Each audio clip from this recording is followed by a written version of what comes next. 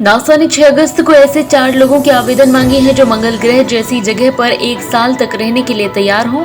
ये 4 लोग ह्यूस्टन में जॉनसन स्पेस सेंटर की बिल्डिंग में मौजूद 1700 वर्ग फीट में फैले 3D प्रिंटर द्वारा बनाए गए मार्स ड्वेन अल्फा में रहेंगे। द्वितीय विश्व युद्ध में अमेरिका ने एक बहुत ही बड़ा कदम उठाया था जिस पर आज भी सवाल उठाए जाते हैं, लेकिन उस वक्त के हालात ही कुछ ऐसे थे। 6 अगस्त 1945 को अमेरिका ने जापान की हिरोशिमा पर पहला परमाणु बम गिराया और उसके 3 दिन बाद 9 अगस्त को नागासाकी पर दूसरा परमाणु बम गिराया गया। इनके बाद जापान ने बिना शर्त आत्मसमर्पण कर दिया था। लेकिन आज भी बहुत से लोगों के मन में ये सवाल है कि क्या वाकई अमेरिका के लिए दूसरा परमाणु बम गिराना वाकई जरूरी था।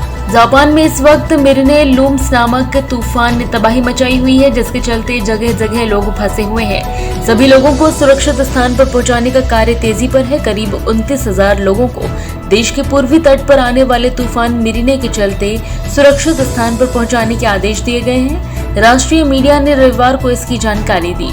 ग्रीस में 3 अलग स्थानों पर जंगलों में लगी आग ने तबाही मचा रखी है। एक स्थान पर जंगल की आग के कारण शहरों पर खतरा मंडरा रहा है और आग देश के दूसरे बड़े द्वीप ईविया तक पहुंच गई है, जिसके कारण द्वीप का आधा हिस्सा अलग थलग पड़ गया है।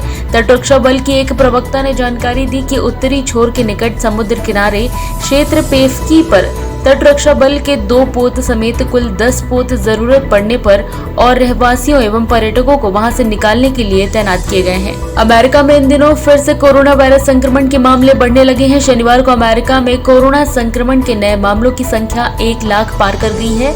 इससे वहां हालात अधिक चिंताजनक हो रहे हैं। इन दिनों अमेरिका में कोरोना वायरस के डेल्टा वेरिएंट को भी काफी खतरनाक माना जा रहा है। महाराष्ट्र में 17 अगस्त से ग्रामीण और शहरी दोनों क्षेत्रों के स्कूलों में कक्षाओं को फिर से खोलने की घोषणा की गई है। राज्य भर में कोरोना के चलते स्कूल पिछले साल मार्च से बंद हैं। अभी तक ऑनलाइन कक्षाएं आयोजित की जा रही थी। महाराष्ट्र की शिक्षा मंत्री ने कहा कि कक्षा 5 से 8 तक के छात्रों के लिए ग्रामीण क्षेत्रों में ऑफलाइन कक्षाएं शुरू होंगी, जबकि शहर क्षेत्रों में कक्षा 8 से 12 तक के छात्रों के लिए होगी। हालांकि ऑन कैंपस कक्षाओं को केवल उन क्षेत्रों में अनुमति दी जाएगी जहां कोविड-19 संक्रमण लगातार कम है। मध्य प्रदेश के इंदौर में शहर की हवा की गुणवत्ता सुधारने के लिए 2 लाख से ज्यादा पौधारोपण अभियान की शुरुआत की गई। इस अभियान के तहत सांसद शंकर लालवानी, नगर निगम कमिश्नर प्रतिभा पाल ने बीएसएफ के जवानों के साथ सरस्वती नदी के किनारे पौधारोपण किया।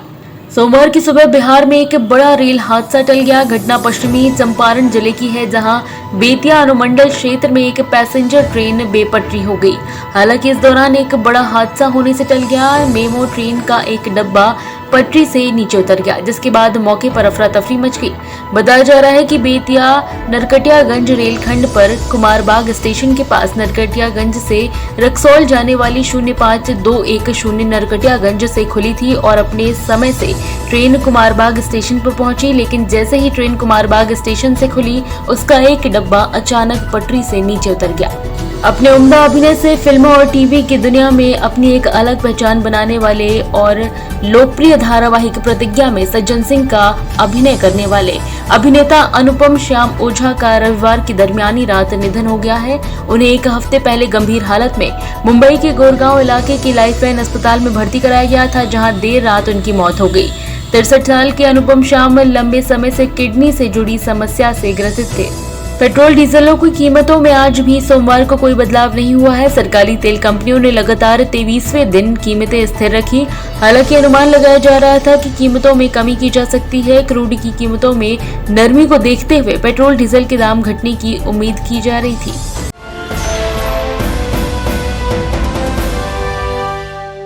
ताज़ा खबरों के लिए सब्सक्राइब करें JSR टाइम्स और साथ ही नोटिफिकेशन पाने के लिए बेल आइकन को दबाएं।